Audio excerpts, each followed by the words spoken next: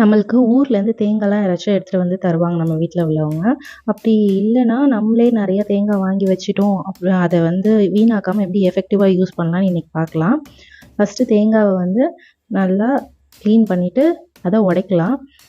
நம்மளுக்கு ஹெல்ப்புக்கு யாராச்சும் இருந்தாங்கன்னா அவங்கள ஹெல்ப்புக்கு கூப்பிட்டுக்கலாம். அப்படி இல்லை நம்ம மட்டும்தான் செய்யணுங்கிற இந்த மாதிரி நிலமையாக இருந்துச்சுன்னா நம்மளுக்கு யார் ஹெல்ப் பண்ணலையோ அவங்கள நினச்சிக்கிட்டு நல்லா நங்கு நங்குன்னு அதை போட்டு அடித்தோன்னா சீக்கிரமாக உடஞ்சிரும் தேங்காய். நான் யூஸ்வலாக என்னோட ஹஸ்பண்டை தான் நினச்சிப்பேன். அப்போதைக்கு ஒரு ஃபோர்ஸ் வரும் பாருங்கள், அந்த ஃபோர்ஸோடு அந்த தேங்காவை அடித்தோன்னா சீக்கிரமாக உடஞ்சிரும்.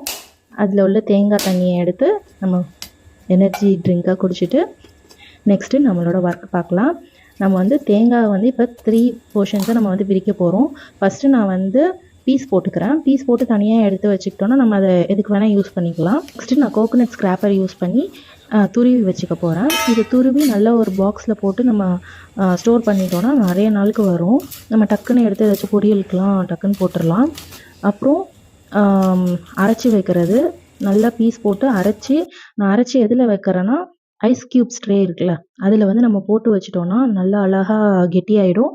அதை நம்ம டக்குன்னு ஒரு ஆணை வைக்கிறோம், ஐஸ் க்யூப்ஸ் மாதிரி அப்படியே டக்குன்னு எடுத்து போட்டுடலாம். அப்புறம் ஃப்ரீசரில் இது எல்லாத்தையும் நம்ம ஸ்டோர் பண்ணிவிட்டு நம்ம வந்து எப்போ தேவையோ நம்ம அதை யூஸ் பண்ணிக்கலாம். ரொம்ப யூஸ்ஃபுல்லாக இருக்கும். நம்ம தேங்காய் அழுகி போய் நம்ம தூக்கி போடாமல் நம்ம இந்த மாதிரி எஃபெக்டிவாக நல்லா சூப்பராக யூஸ் பண்ணிக்கலாம்.